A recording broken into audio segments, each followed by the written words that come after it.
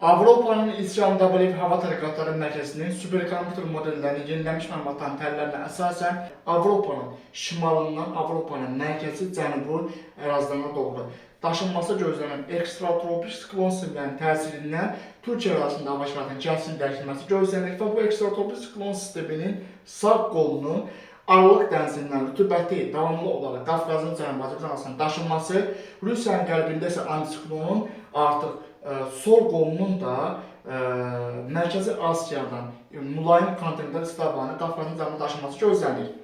Xüsusilə də mart ayının sonları və aprel ayının birinci həftəsi ərzində Qafqazın cənubi Azərbaycan arasında mürəkkəb hidrometeoroloji proseslərin baş verməsi üçün münbit sinoptik şəraitin yaranması ehtimalı var. Mürəkkəb hidrometeoroloji proseslər o deməkdir ki, havanın temperaturunda həm istiləşmə gözlənilir, həm də topa yağış buludlarının intensiv inkişafı fonunda leysan xarakterli, qısa müddətli, lakin güclü yağışların yağması ehtimalı var.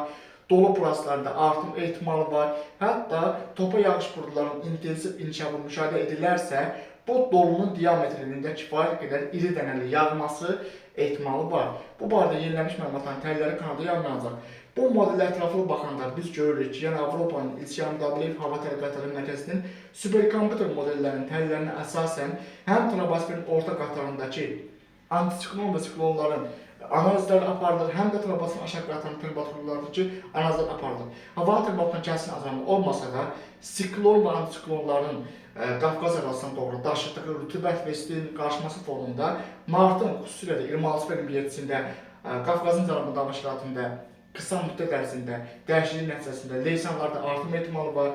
Eyni zamanda aprel ayının birinci həftəsində də tez-tez ekstratropik tipli siklonların Qafqazın cənubuna keçməsi ehtimalı var. Bu o deməkdir ki, Qafqazın cənubunda havanın temperaturunda həm artım ehtimalı var, həm də leysanlarda artım ehtimalı var. Bu proseslər təhlükəli hidrometeoroloji proseslərə səbəb ola bilər. Çünki troposfer qatında rütubət də artır, enerji də artır, temperatur da artır.